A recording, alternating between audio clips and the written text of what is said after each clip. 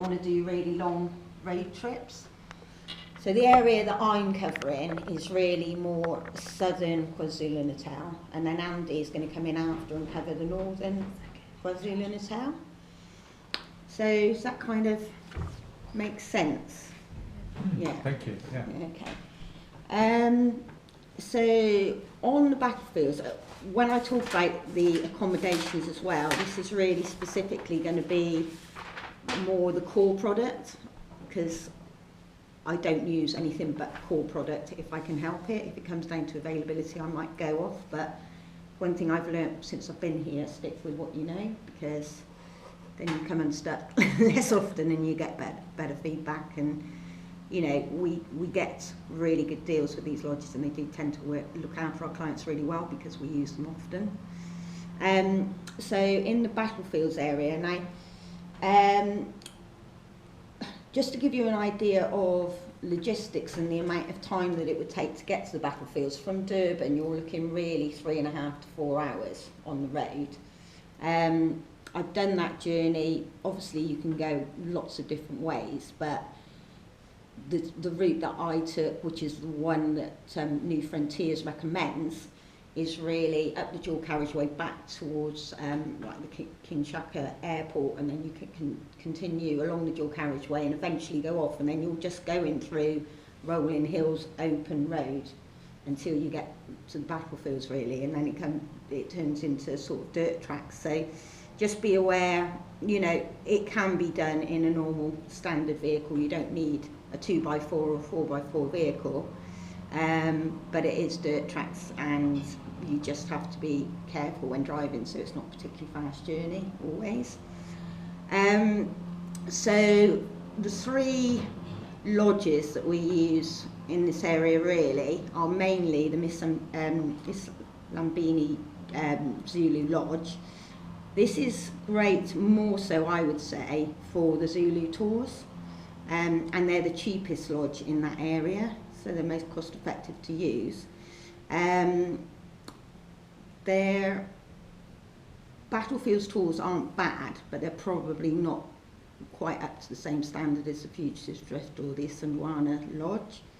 So Isimbindi I would tend to choose for sort of lower end clients. They're rondavels rather than actual lodge.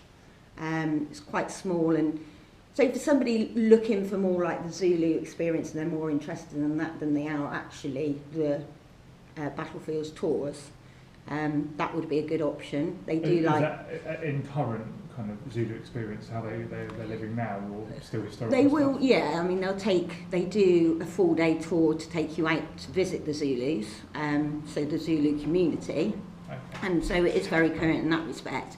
And then they have, if you take a 3-night stay, within a 3-night stay, you also have the option, well, it happens whether you attend it or not, but they have Zulu dance in there, so they have the local people come in and do a dance around the boma, and you know, so yeah, it's a fairly authentic experience with a bit of a touristy twist to it, I guess is probably the easiest way to describe it. For the battlefields tours, I mean, Fugitives Drift Lodge is always my first go-to. It really depends on the client and what sort of property they like. The really nice thing about Fugitives Drift Lodge, you would have heard of the Rafferty family, which is David and his sons, one of them called Andy, I can't remember the name of the other one, but they... Doug is it, yeah. They run the tours now, and I've been on them. Absolutely brilliant. Rorke's Drift, Isandwana. If any client wants a reference to it, then do mention the film Zulu, because it really is essentially based around that. And it's a good sort of introduction to it, but the tours are absolutely fantastic. The Rorke's Drift tour, if you want to have your clients stay in at least a couple of nights, and they're travelling in the morning up and they want to do an afternoon tour, they can probably just make the Rorke's Drift tour in the afternoon. The Isandwana tour goes out in the morning, or they can do both tours in one day. So it just depends on what the client wants, and how limited for time they are. Ideally, if they were staying, say, 3 nights, I tend to put them one tour one day and then one tour the other, so it's not so much in one day. And the Issawana Lodge, just slightly different in that it's, when you drive into it, it's very much a feeling of the local sort of community, and it's quite a modern building. It's almost built like into the rocks, so it's got a... Is it up on the hill? It's up on the hill, yeah. There's the one on the right and that's up on the left. Yeah, Oh, that's the one up on the left, okay. yeah. So it's nice views from there. The fact that you're a bit higher is quite nice, but you haven't got the greenery around it quite as much as you have at the Future Drift Lodge. So you've got the library at Futures Drift, which is really nice. Clients can go and sit up there and laze in the afternoon and look at the views from there. Can anyone use that? Gardens Because I know really nice. for dinners, it's only certain people, isn't it? If you're in a certain accommodation, you can use the library.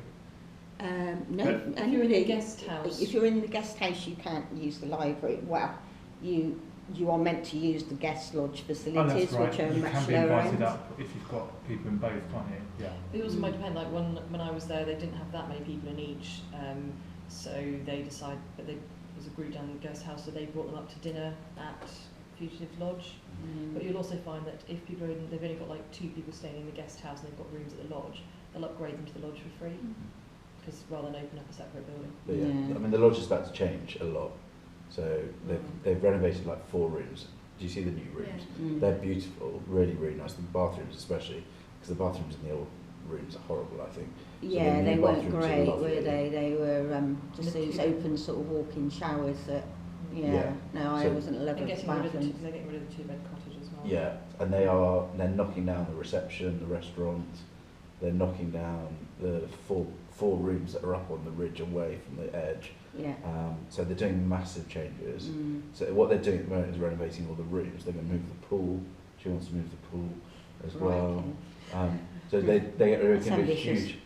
Because where the pool is, they want to put more rooms on the edge there. So all the rooms will be on the edge looking out.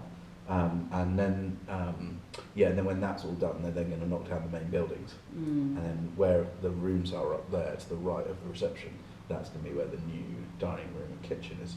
Oh, But what it nice. means, they haven't told us the dates yet. March, April, they're going to be closed Right. for probably 2 months. Mm. Which isn't too bad actually, is it? No, But- they're going to use the guest house for that time. Mm.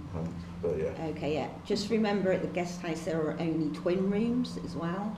So if you've got a couple whereas my bed was big enough to fit 6 in, I think it was at the at the lodge, yeah.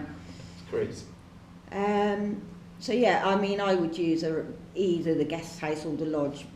My personal preference is just personal preference. Really, is the lodge. I just think it's it's obviously nicer, but particularly if it's budget led, then the guest house is not a bad option at all. The Issawana Lodge equally is a really good lodge. It just depends on the client, and I think I said to you guys, obviously discuss that with them, and the tours are just as good. They've obviously got new people coming in after the death of what's his name? Rob. Yeah. Gerard. Yeah, which was really sad. Because a lot of people would have just gone there to be guided by him. Because he but was at Luanda, was he? Lodge? Or was it at Fugitives? he was at the Issawana. Yeah, he used to be at Fugitives. He was good friends of David Rafferty, but he's so not there anymore. But they've obviously replaced him now, so it's all operating the same.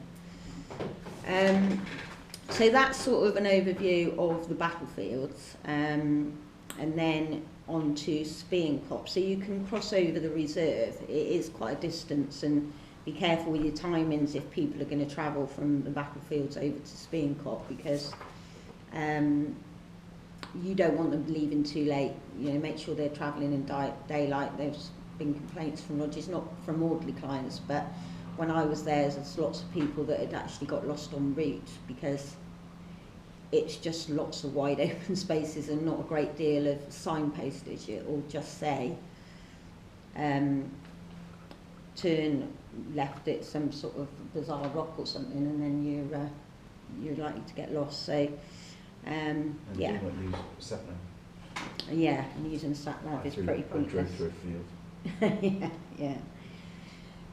So Speenkop and the Northern Drakensberg I've sort of clubbed together really mainly because Three Trees Lodge is an excellent choice in this area, my favourite lodge in South Africa.